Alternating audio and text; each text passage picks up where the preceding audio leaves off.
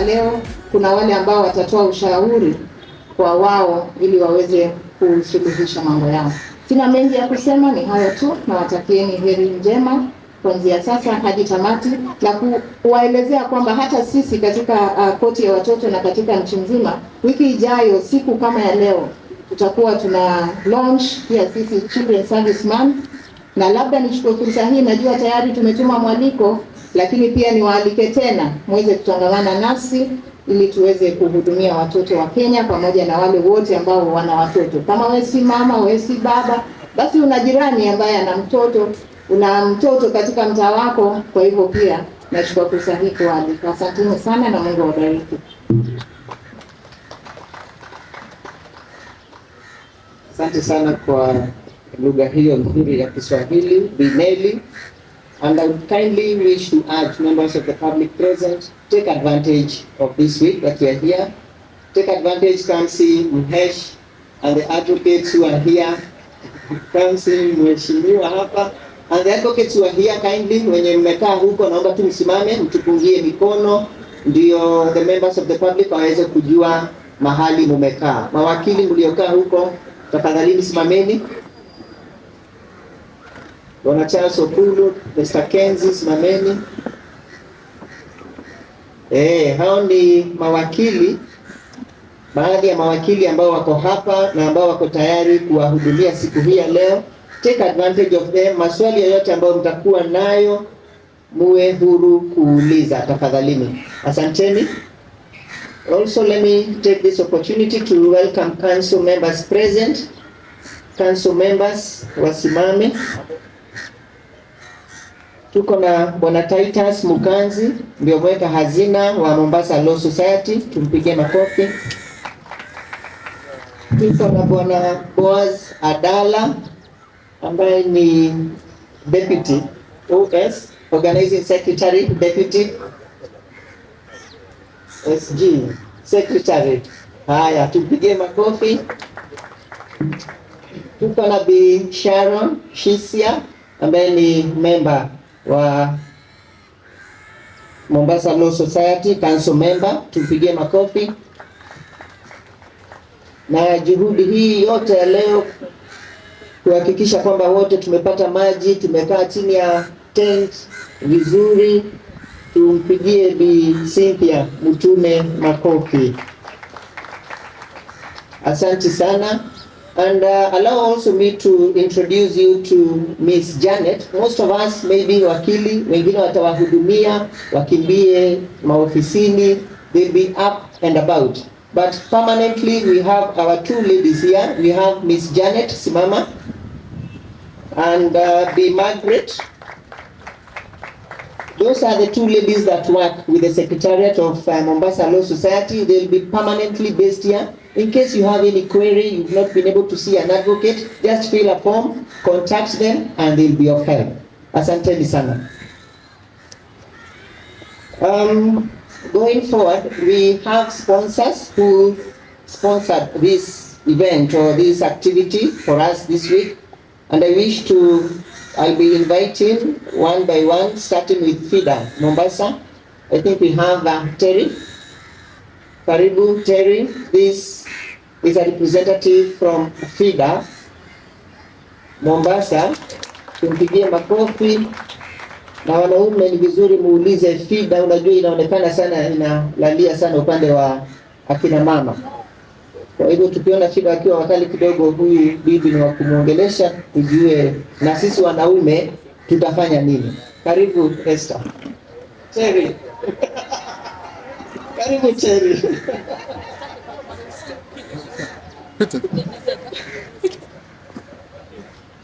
Okay.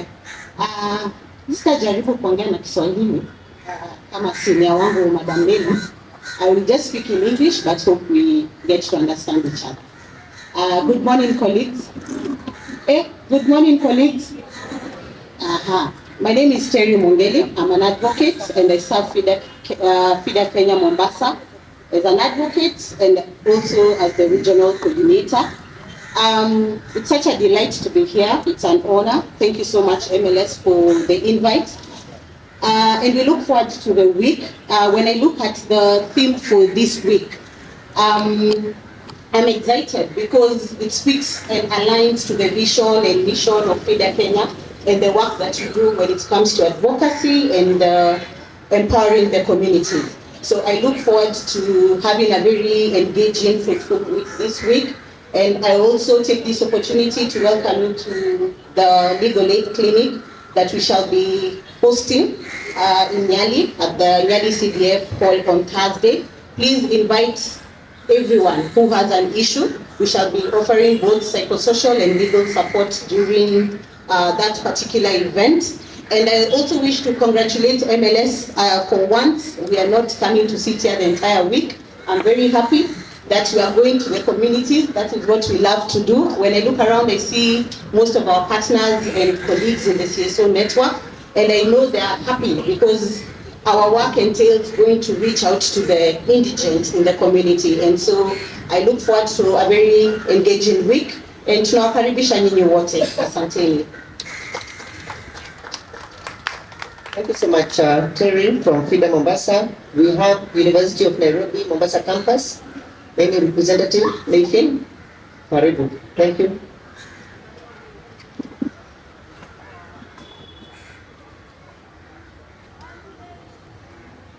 Thank you so much. Ladies and gentlemen, good morning. My name is Najib and I'm honored to represent University of Nairobi this morning. Sincere apologies from our dean, Professor Sarah Kinanjui. She wasn't able to attend and she had previous engagements, although we have our Dr. Bakari here. And University of Nairobi has always been very grateful for the partnership we have enjoyed with Mombasa Law Society and the contribution we've had together to the community. And we're particularly grateful that about the visit to the Kwani Remand Home. It has really been a great project for us. And we look forward to future partnerships. And thank you so much, MLS, for the dedication, and of course to the rest of our partners and shareholders. We're grateful for the dedication and also the encouragement for us young professionals in the University of Nairobi. Thank you. Asante sana. The Naifin from University of Nairobi, Mombasa campus. Umeongea ukataja shareholder. Hiyo jina imeleta shida sana. But I'm happy that we are all shareholders. So thank you so much. Do we have a representative from E-Sharia? Anyone from E-Sharia? I believe they'll be coming much later. Inuka Africa Properties Limited. Hawa wanauza shamba mahali popote Kenya hii. Kila mahali. Karibu sana.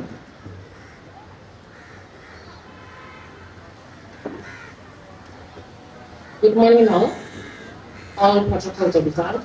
Inuka Africa Properties, we are based in Nyali, along Links Road, opposite to Goffers Hotel and Apartments. And we have been 8 years in the, and our core business is real estate, mainly affordable land and housing.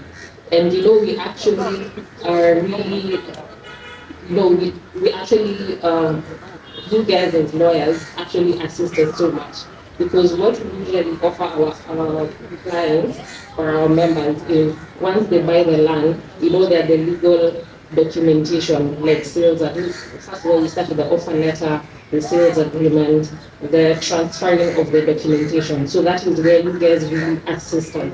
So for us, why I'm saying we're so excited to be here is because we'll get advice of how the legal documentation goes for our clientele. So thank you so much. For more information, can you come to our desk? We are 3 of us here. Thank you.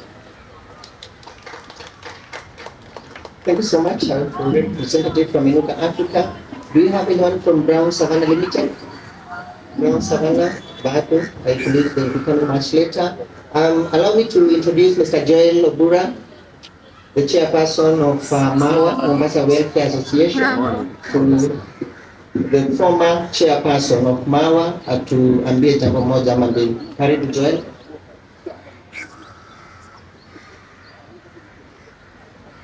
Hamjambo wananchi na mawakili, je, hamjambo? Mimi naitwa Joel Obura, kwa sasa ni mwenyekiti mstaafu. Nilihudumu kama mwenyekiti wa chama cha mawakili Mombasa, nikastaafu, nikatoka tena kwa hiyo retirement, na haikuwa tamaa, nikawa chairman wa Mombasa Advocates Welfare Association. So leo hii niko hapa baada ya kustaafu, bado niko kwenye kamati. So niko hapa kwa niaba ya mwenyekiti wetu anaitwa Lisa.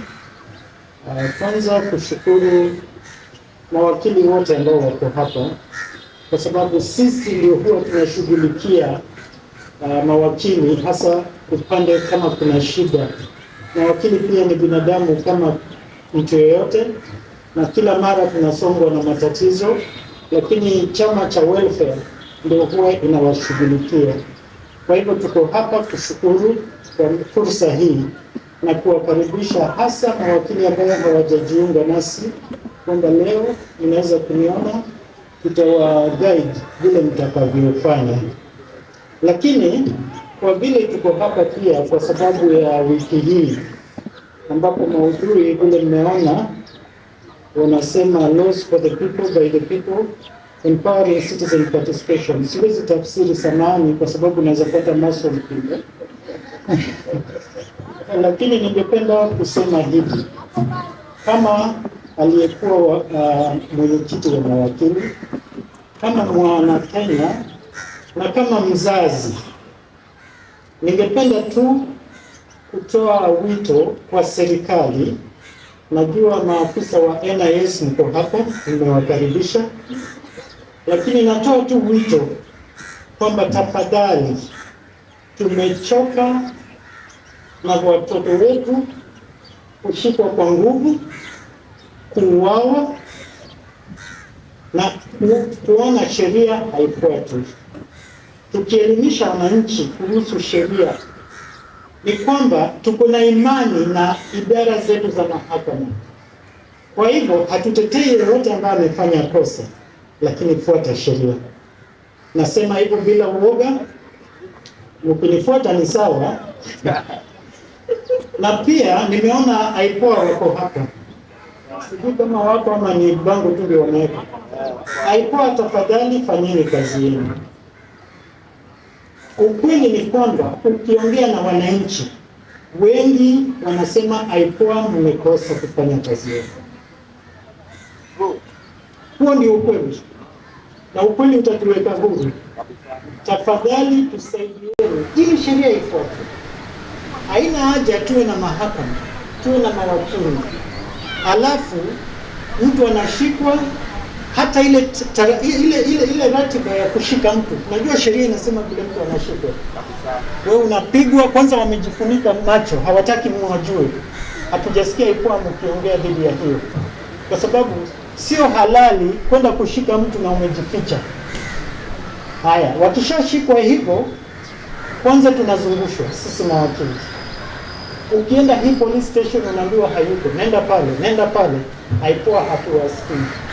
Kwa hivyo katika hii wiki ambayo tunafundisha wananchi haki zao, ningependa kuomba kwamba kwa serikali na zile idara ambazo zimepewa hili jukumu, tafadhali tushirikiane. Haki za watoto wetu, sio tu watoto wale wanapelekwa kotini, lakini haki za watoto wetu zilindwe. Wakikosea, mko na haki ya kuwashika na kuwaweka ndani na kuwapeleka kotini. Lakini damu imemwagika ya kutosha. Hata mliona ripoti ya Inspector General akisema kumekuwa na maafa zaidi ya 300. Hiyo damu imetosha. Tuendeleze sheria. Sisi kama mawakili tuko tayari kufundisha wananchi, na tunataka wananchi pia wafuate sheria, sio tu kufanya ati sasa mawakili watatutetea. Kwa hivyo asanteni kwa hayo machache. Mungu awabariki. Tutakuwa hapa hata kama uko na shida na idara ya mahakama, ama uko na shida na polisi, ama uko na shida na nini, tuko hapa kama mawakili, tutawasaidia. Ningependa pia kusema kwamba jambo moja tu la mwisho, kile ambacho kimefanya haya maovu tunayaona ni kwamba badala ya kutafuta suluhisho, tunashinda tukielekeana mikono. We are pointing fingers at each other. Like now, I've pointed out to IPOA, and then you find IPOA will in turn point fingers at the lawyers, say you lawyers are the ones who are doing this. We are all part of the society. The moment something happens, it affects the guy in IPOA, it affects me. The moment somebody is charged with corruption, it will affect me, it will also affect the EACC. I saw somebody from the EACC here. Because when we don't have drugs in a hospital, I'm not immune as a lawyer. I'll go there for treatment and I'll be told there are no drugs. So let us work together. Tufanye kazi pamoja, tuendeleze sheria. Huo ndio mwito wangu na Mungu awabariki.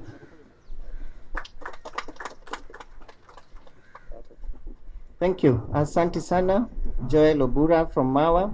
We go to kituo cha sheria. Habari za asubuhi. Good morning. Msishangae, nimepewa delegated powers today from my senior, Mr. Nyange. So I have authority. Ndio msini impeach. So I'm an intern at kituo cha sheria Mombasa office. We deal with different cases from employment to land. We give legal aid, and we are also partners today with MLS for this entire week. So we have a desk right there. In case of any query, you are free to meet us, and we'll assist. Thank you.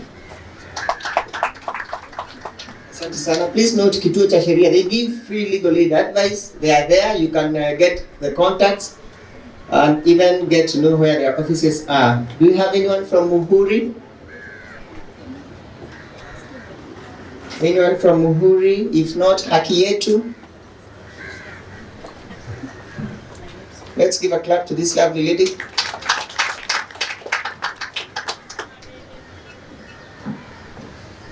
Good morning, colleagues. I'm Triza Gashero, an advocate from Haki Yetu. We are really pleased to be here because the theme really talks and speaks on the work that we do every day. Sisi tunafanya kazi na watu wa mashinani, the forgotten areas, that is where we go. And for MLS to really work very hard to reach to these people this week, we are glad. We want to welcome watu wa jamii zetu ambao wako na shida tofauti, wanataka usaidizi. Haki Yetu works in the coastal region in Mombasa. We have 2 offices, the nearest here iko Star of the Sea, tuko na nyingine Tana River, Malindi and Kwale. So anyone, we are happy that we have been working with the advocates to really reach out to these areas. And today, before I end, I want to give the council their flowers. We have seen Natasha lead this team in a great way. The other day, our people were arrested. The whole of the council came to Central Police Station, and they have been working very hard to ensure human rights in this area is really upheld. So Natasha, the council, the civil society here are really grateful, and we are really proud of your work with the team. Asante sana. Thank you so much for the accolades. Asante sana. We have someone from the National Legal Aid Services. Be Violet. Yes, thank you. Karibu.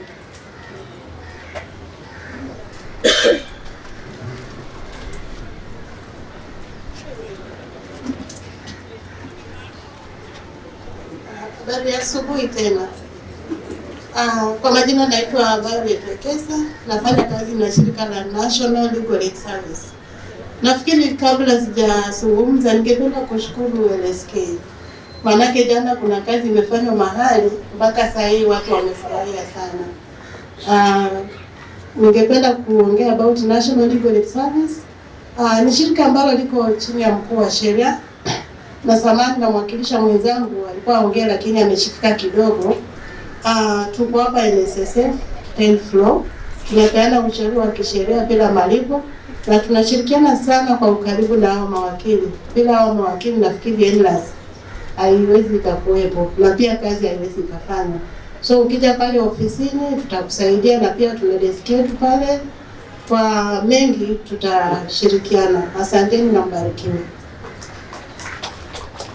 Asante sana Bi Violet. Let's have someone from the office of the Ombudsman. Thank you. Good morning, colleagues. Good morning once again. First of all, allow me to say thank you to LSK for inviting us, and we want to also review our commitment towards engaging in this legal awareness week, especially because this year's theme really does align with our mandate and functions. As Office of the Ombudsman, we have a dual function. I wish to remind my advocate colleagues. One, we address maladministration in public offices. We receive complaints from members of the public. So in our own way, we tackle issues of good governance and abuse of power within the public sector. Secondly, we also have a mandate under access to information, which is a very strong way of addressing good governance and access to justice. We ensure that public records are made available to members of the public as an oversight institution. So please come and visit us. We're right at the front. Myself and Grace will be here to answer any of the questions and concerns that you might have. Once again, we wish to align with this year's theme, and thank you for inviting us as CBD. Tupige makofi Bi Esha. Their stand is there. Hata mnyonge ana haki. Asante sana. Do we have anyone from the Christian lawyers? Clear? Yes, thank you. Tupige makofi anapokuja.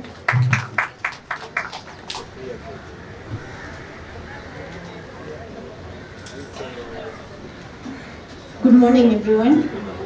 Kwa majina mimi naitwa Lina Rosa Otieno from Clear Kenya.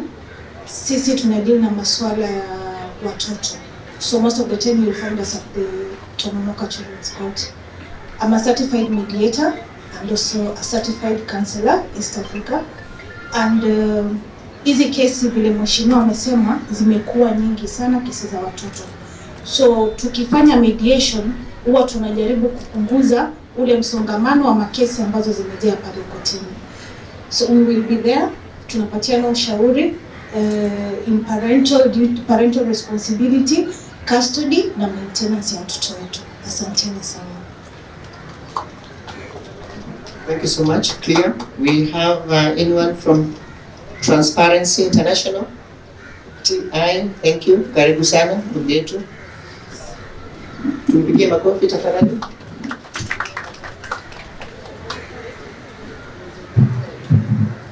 Mandugu na madada, esteemed guests, colleagues and senior colleagues in the profession, good morning. Good morning. My names are Rosette Makundi.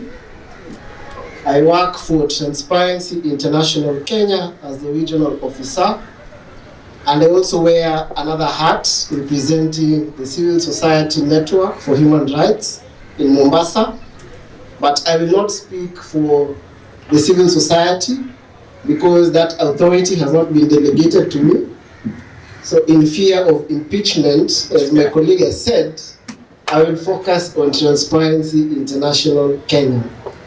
So first of all, let me say and extend our appreciation to the Law Society for inviting us to be part and parcel of this initiative. At Transparency International Kenya, we're a not-for-profit organization that was enacted in 1999. We are actually celebrating 25 years in this fight against corruption. Our vision is a corruption-free society. We have several strategies that we use for us to be able to realize our vision of a corruption-free society. And one of them is engaging in legal aid services. We have our main office in Nairobi, but we have 4 regional offices. Our regional office is situated in Mombasa for the coastal region, where we serve Mombasa and the larger coastal region. We have an office based in Eldoret that serves the major North Rift region. Our Nairobi office serves the Nairobi region and its environs, and we have an office in Kisumu that serves the larger Western region. Mine is just to offer appreciation and just to welcome you all as we celebrate and commemorate the Legal Aid Awareness Week. Asanteni sana and karibuni. Asante, thank you. Do you have Sisters of Justice? Sisters of Justice? Okay, Shofco? Anyone from Shofco? Thank you. We have Miss Ryan, LSK Sacco.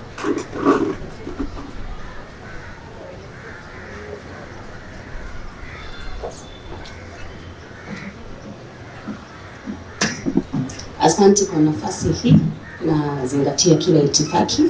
Naitwa Rael Motua na serve Law Society of Kenya Sacco, na huwa tunasema pesa haina mambo mengi, ama money doesn't make noise. So ningewaalika pale kwa meza mje niwaelezee kuhusu LSK Sacco. Wale waja join wa join, na wale wameweka account ziko dormant wajaribu kuactivate ndio wapate mapato zaidi kupitia kwa Sacco. Otherwise nasema asante kwa MLS, wamekuwa very supportive na tunasema ni asante, na tutazidi kushirikiana pamoja kuona ya kwamba tutasonga mbele zaidi na zaidi. Asanteni. Thank you so much, Ms. Ryan. We have a representative, Ms. Benta from Catholic Justice and Peace Department. This is where we started our legal aid yesterday. Ms. Benta. Yes, I see this face that I saw yesterday. Karibu sana.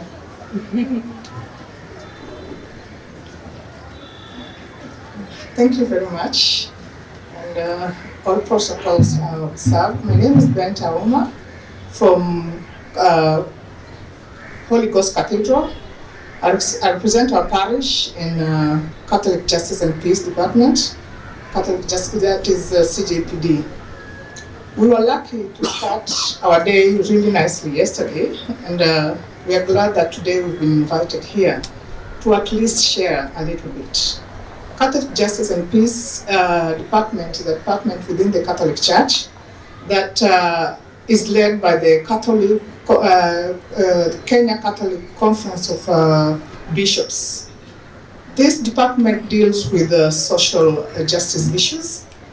So it's very relevant, or rather we are very relevant to be here. And some of the issues that we tackle include issues of social justice, sustainability, that is now working with the vulnerable in many cases. We also deal with options for the poor, that is also, we try and give options as much as it is a bit hard, but we try and manage the resources that we have to create an option for those people who are not very able to reach these resources easily. Apart from that, we also deal with the environment. You will see us in different areas when we work with other partners to try and plant mangrove and any other areas that we do tree planting and everything to just sustain the environment that we are in.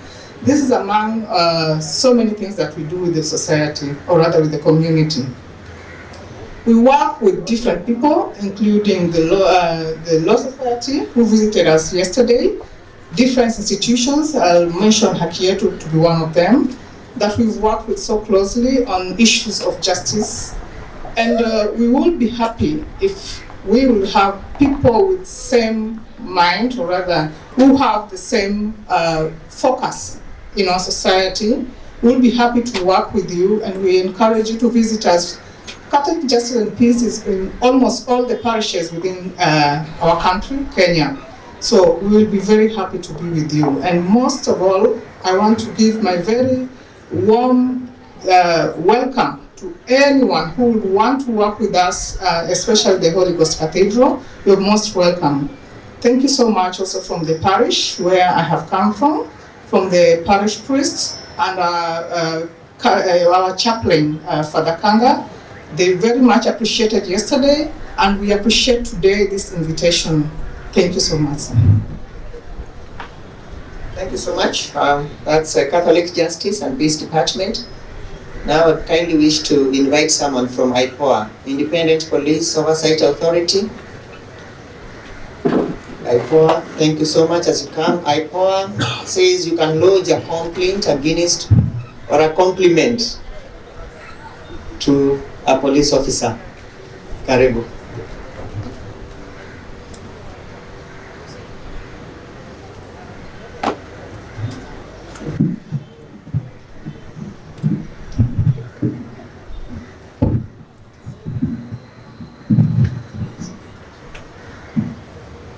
All protocol observers, good morning.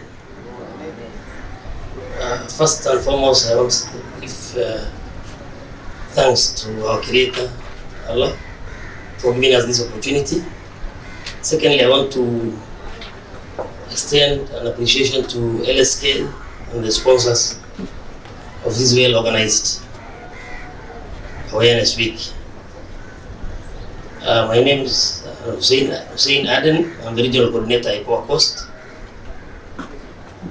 Our office is situated in Jubilee Arcade, first floor.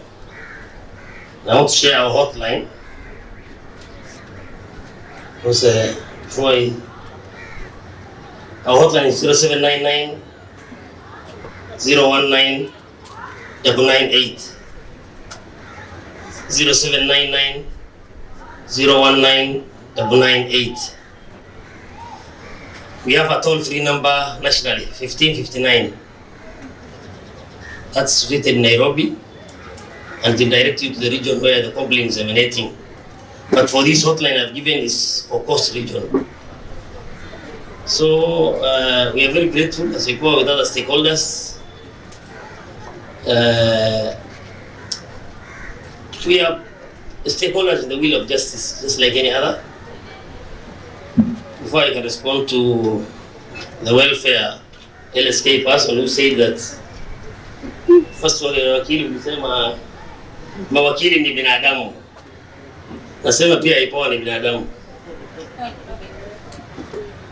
So as you take care of the welfare of learned friends, remember others too. We take the criticism positively. We took note of it. I want to tell everybody here that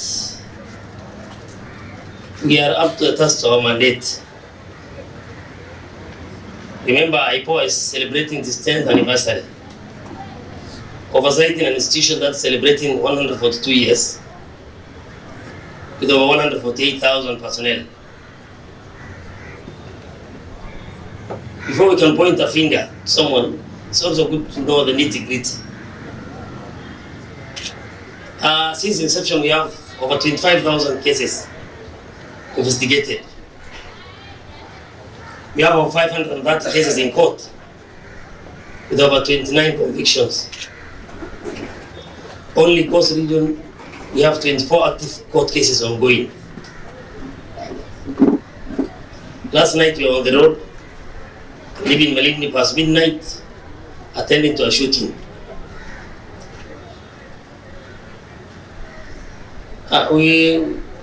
We are public servants, and we must deliver. Over the 10 years,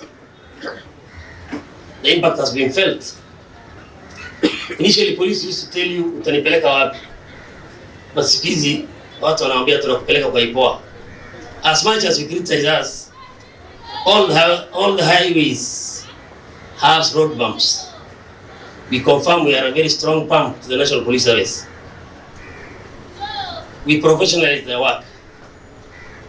But we are only investigators.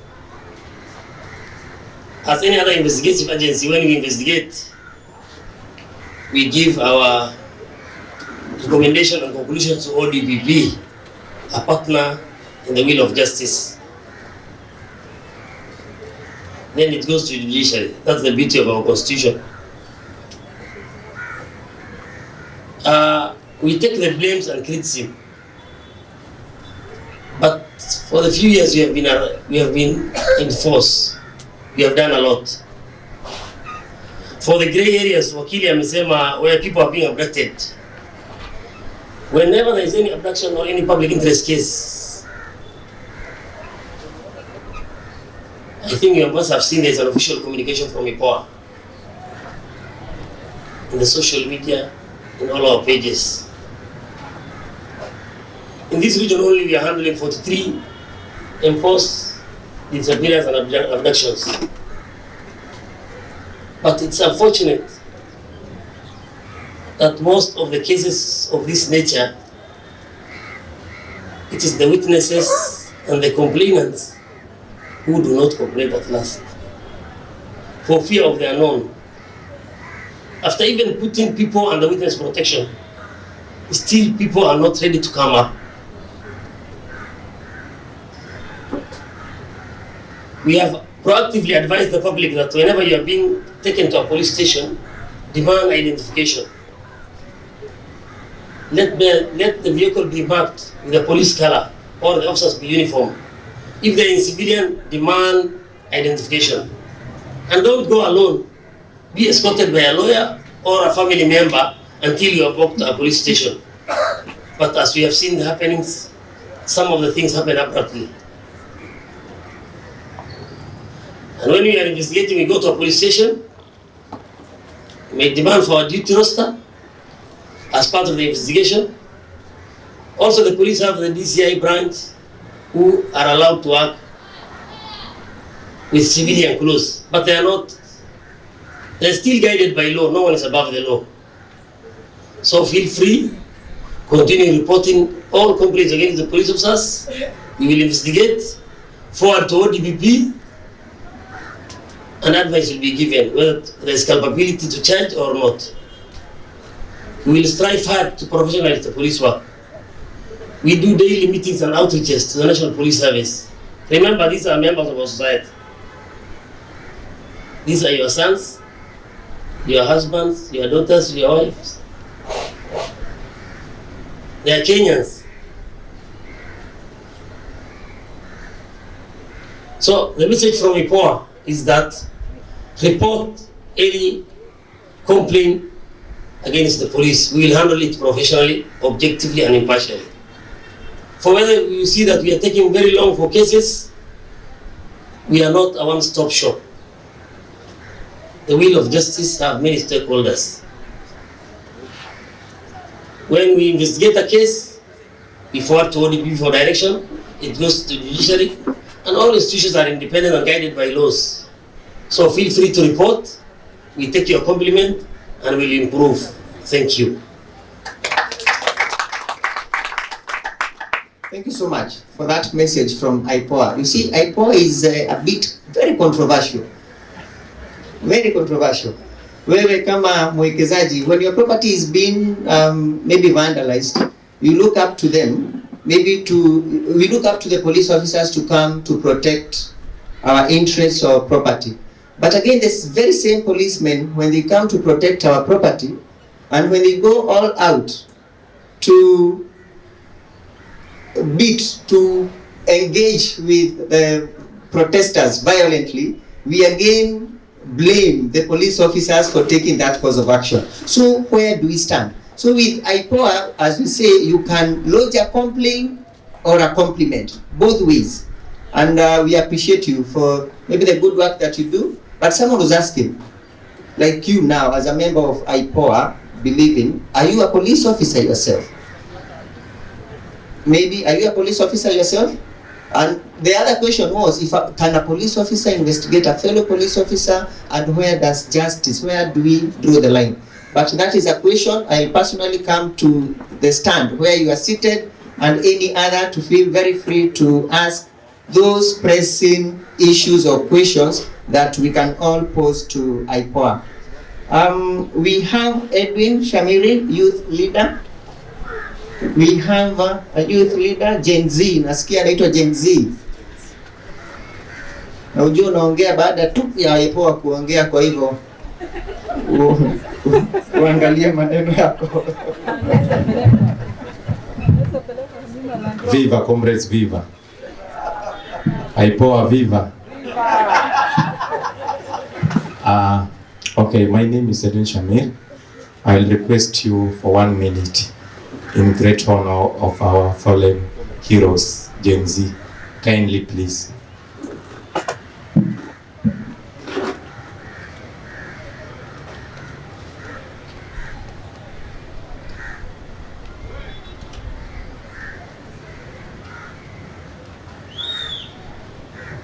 Thank you. My name is Edwin Shamir. I'm a concerned citizen, a law-abiding citizen. I'm a human rights defender, Mombasa. Actually, I'm glad to be here today through invitation. My great dear friend, my wakil, chairperson, MLS, Natasha. This is not the first time we are partnering them. We have been in the road for a quite while, and I think we have done a great when it's come to calling for justice and also in solidarity of our independent offices. The first time we were together, I think during the LSK and MLS press briefing, when the one arm of the government wanted to eat all the 3 arms of government, and we said no to intimidation, no to harassment. One thing I just want to emphasize on is about the law, the rule of law.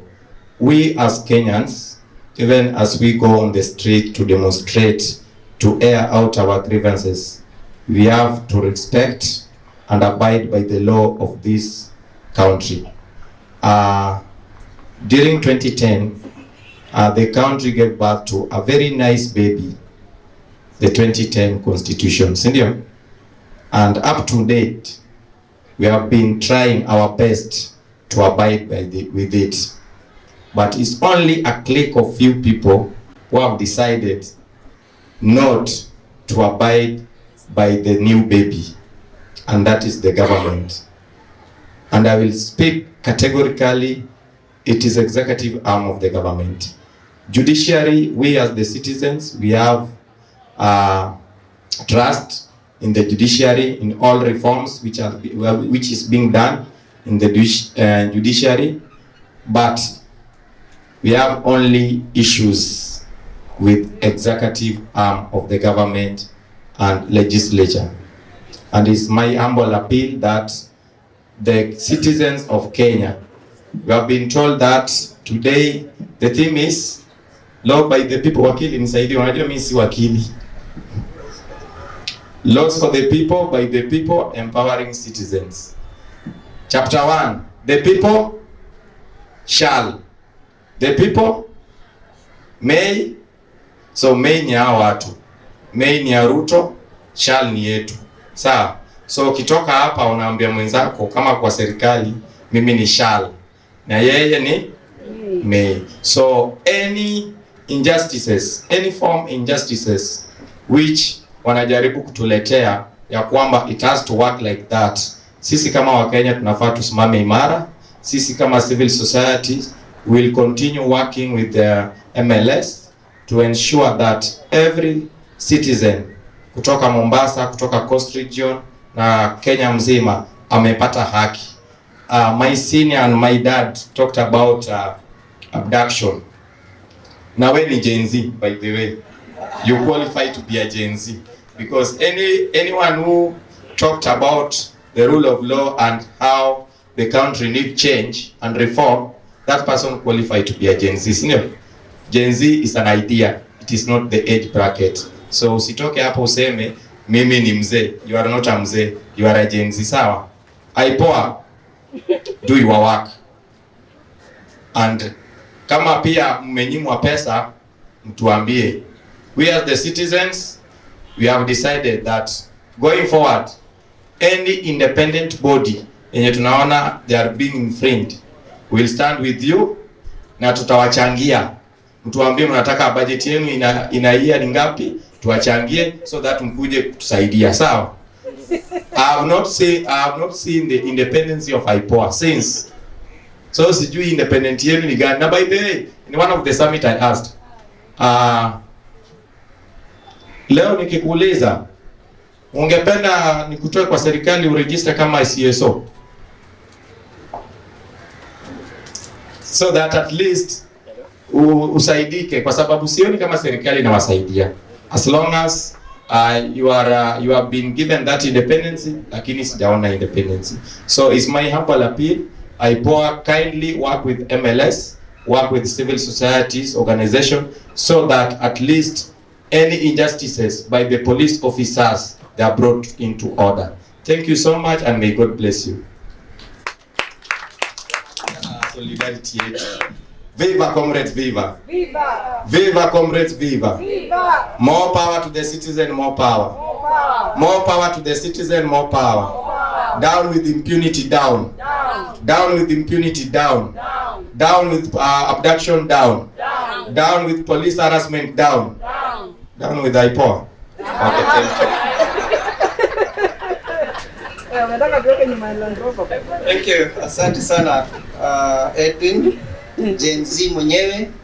It's good when people come and express themselves. It's good that even as we are bringing the legal awareness week to the public, we get to know what it entails. Last but not least, we have Muslima Legal Network organization. We have the chairperson here with us, Madam Nabiha.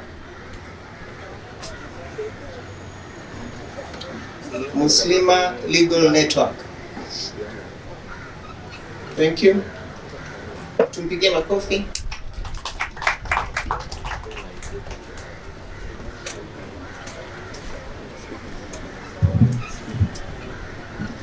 It's okay, I'm not that short.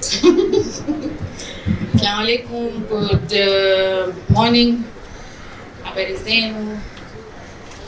My name is Nabiha. I'm the chair lady of an organization called Muslima Legal Network. One of our main objectives is access to justice for Muslim communities mostly, and in that we are trying to see how to better our Muslim laws in conjunction with mostly the Qadhi's courts, and we also are trying to better some of the things that affect the Muslim society. Under that, we also have a mentorship program for the youngsters, where we are trying to hold hands mostly the Muslim students that are trickling into the Islamic, not just Islamic, but in the law society. And also, apart from that, the youngsters who are looking into university opportunities in terms of finding their niche in their career choices. I'm not going to take much of your time. We just wanted to introduce our Muslim Legal Society, and we hope that we will be able to do some of the things that we hope that we can do, and work with some of the organizations that are here today and many more. Thank you. Thank you so much, Madam Nabiha. Maybe kwa kutufungia hicho kipindi cha maongezi hayo mengi na machache ambayo tumekuwa nayo, we have Faiza representing Kenya National Human Rights, KNHR. Karibu sana.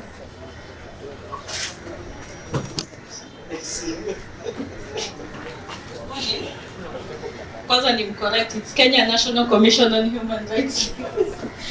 So, morning again. So, my name is Faiza Musa. Nimetoka kwa tume ya kutetea haki za kibinadamu. Jukumu letu, kazi kubwa yetu ni kulinda na kutetea haki, commonly known as KNHR.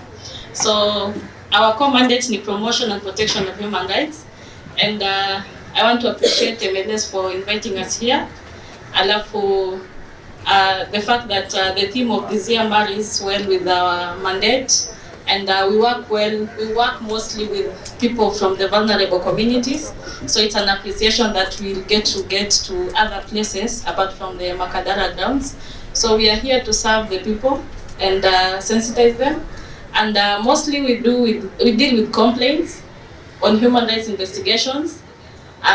We deal with complaints, human rights investigation, research and advocacy, public interest litigation. That's the only place you'll see me in court.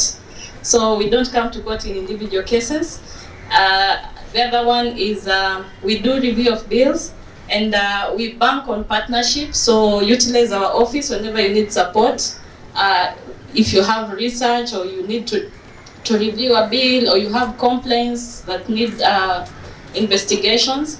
And we have worked well with all partners here. Sidhani kama kuna mtu atanirushia mawe, including the Mombasa Law Society. And we appreciate that the fact that we have that good partnership with you guys, such that you are just a call away for any assistance that you may need, or any assistance that you people may need. We are always available to support. So asanteni sana na karibuni kwa deski yetu pale. Tutakuwa hapa kuhamasisha jamii. Thank you. Thank you so much. So for all the organizations that are here present today, yetu ni kuwashukuru sana on behalf of Mombasa Law Society for the partnership that we've had. This has been a very difficult year. We all know what has been happening, but we've joined hands with all of you. The IPO are included, Muhuri, Haki Africa, the Gen Zs, to be where we are today.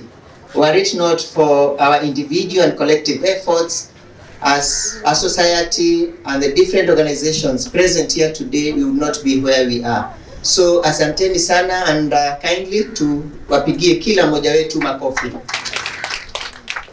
Before we go to our next session, which is the interactive session with members of the public, allow me to once again call our chairperson, Natasha Ali, to give us her hotline, and as a society, as Mombasa Law Society, what we can do to empower the public, even as we say our theme for this year is sheria za watu kwa watu na watu. Karibu sana Bi Natasha.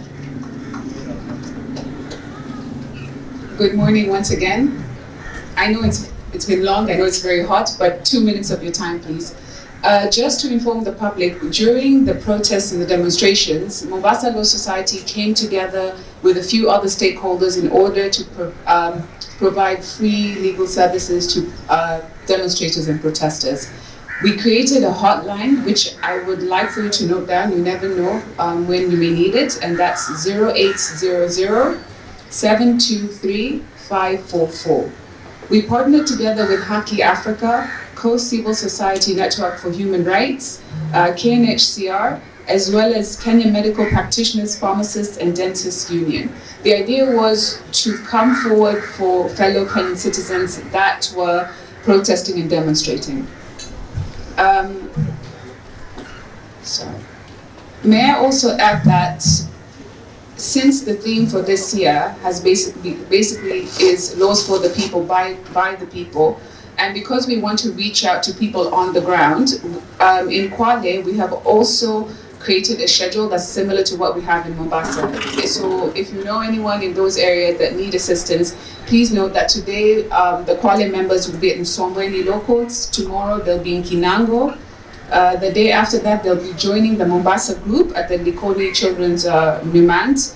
On Thursday they'll be Kwale Women's Prison and Kwale Main Prison, and on Friday they'll be at Kwale Law Courts. In Voi, we have the same thing. There is going to be legal awareness taking part at the Voi Law Courts.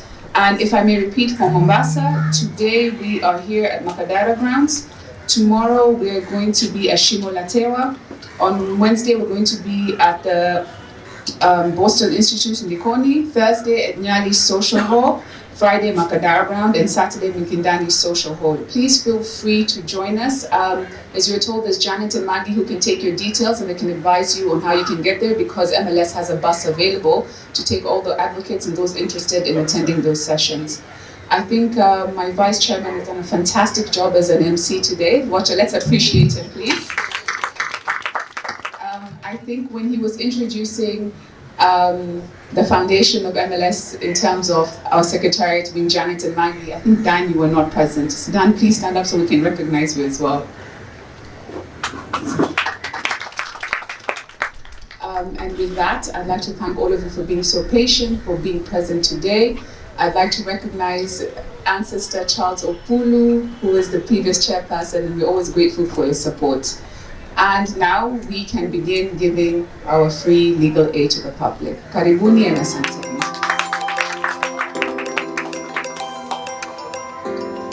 We have advocates seated at different tables. Mtu mwenye akona hoja, mtu mwenye akona swali kwa kitengo chochote kile. Hawa ambao mmesikia wameongea hapa, ambao ni FIDA, IPOA, Transparency International, feel free kuenda kwa meza yao, ulizeni maswali. We are here today until I think 4 p.m. So feel very free now to interact with the advocates present. Na karibuni sana.